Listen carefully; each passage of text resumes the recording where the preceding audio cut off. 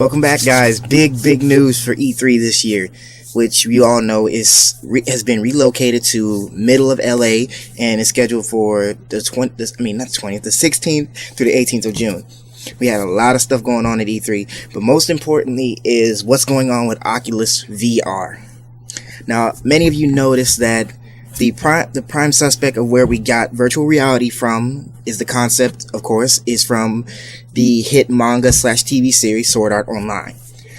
Now, although there's really no official release date, considering that Oculus is going to be at E3 this year, I only have nothing but high hopes. But first, I wanted to go over with you guys the possible titles that Oculus Rift could actually support, and whether or not should they cross over to letting the Oculus be compatible with Xbox One and PS4. Now, to start that off, I know this is crazy, and I'm really trying, just bear with me here. First, I want to say any third-person shooter, which in this case would be, let's say, Call of Duty or Titanfall. You know what? Yeah, Titanfall sounds better. So we all know that in any third-person shooter game, you don't particularly see your character, which you see the character's gun, and whether the actions of which you see them throw a grenade, shoot the gun, pretty much just your basic movement skills that come with any particular unit of video game creation.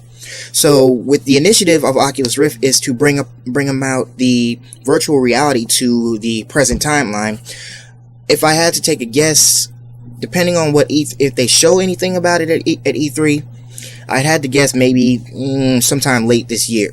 Let's say late 2015 that they'll give a release date for Oculus Rift. You know, at the latest I can say that because there's always pieces of information, piece by piece, and it takes a lot of initiative to put all these little pieces together so we can all, instead of racking our heads against the wall to get everything straight. So, with that in mind, let's first look at what potential titles can be. So, my first thought was first-person shooter, of course. So, we have Call of Duty, Titanfall, and pretty much any particular game that considers first-person. We already saw the Oculus version of Dying Light before its release, which was pretty cool, although slight. See, now the thing with that is, for those of you who are not really interested in Oculus Rift, let me try and change your mind about that. And I'm not going to give you the whole list of pros and cons. We're not going to do that. I'm going to give you some strict, hardcore details. Oculus Rift is the primary way for an individual to literally put themselves into the game. I'm not talking customization. I'm not talking about character customization. No, we're doing literal put yourself in the game.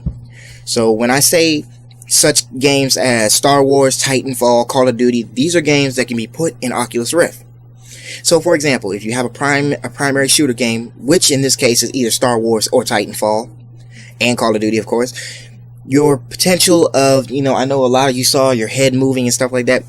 That's only basic. I know people can say that you're going to get a headache, your neck's going to hurt. Yeah, stop that. There's no need for throwing shots at Oculus when, just like I have, you've been waiting for anything involving virtual reality. So, yeah, shut up with that. But anyway, what is the first part of this little Oculus setup that I've come up with is particularly what's going to happen and what could happen. So instead of me giving you guys a complete and somewhat uneven commentary of what could happen with Oculus, I'm going to give you guys strict versions of what could happen with Call of Duty. And I'll also give you guys slight gameplay of my own that could possibly give you a better view of what is possible for the Oculus Rift. So with that, let's get right to it, and I'll see you guys in a little bit.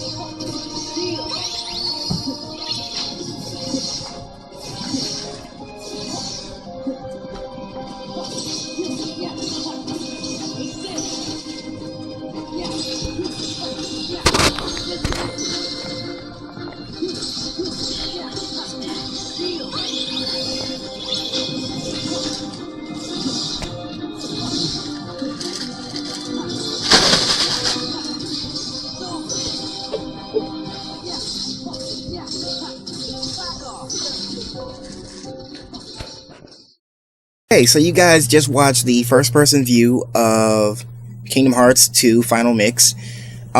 Yeah, sorry about the quality of the video. A lot of sunshine in the background, as you can already see, so that really kind of screwed up my video. But anyway, I feel like the whole Oculus thing is a definite way for others to express their virtues and their extended thought patterns of how most video games are portrayed throughout multimedia, or how should I say that the gameplay itself can be completely changed, you know? Just because we have certain amount of things in life doesn't mean that they can't be changed, or to be more specific, that virtual reality itself is what everybody wants to be. It's where a person who feels like they're a nobody can be somebody. I mean, of course, in the video game world, everybody's a somebody, you know. You could have completely no personal life at all, but you meet people through video games and they show you that everybody's a friend in the video game world, you know. So, let me see here. Right. So let's look at the Oculus VR. Or, I mean, I just keep calling it Oculus because it's a lot easier to say. Don't want to keep adding personal issues with that. But anyway, the Oculus VR which stands for virtual reality, is an American virtual reality company founded by Palmer Luckey and Brendan Iribe, I believe. Their first product is still in development, which is the Oculus Rift, and is a head-mounted display for immersive virtual reality. Now, here's where it gets funny. In March of last year, Facebook had agreed to acquire Oculus VR for $2 billion in cash and Facebook stock.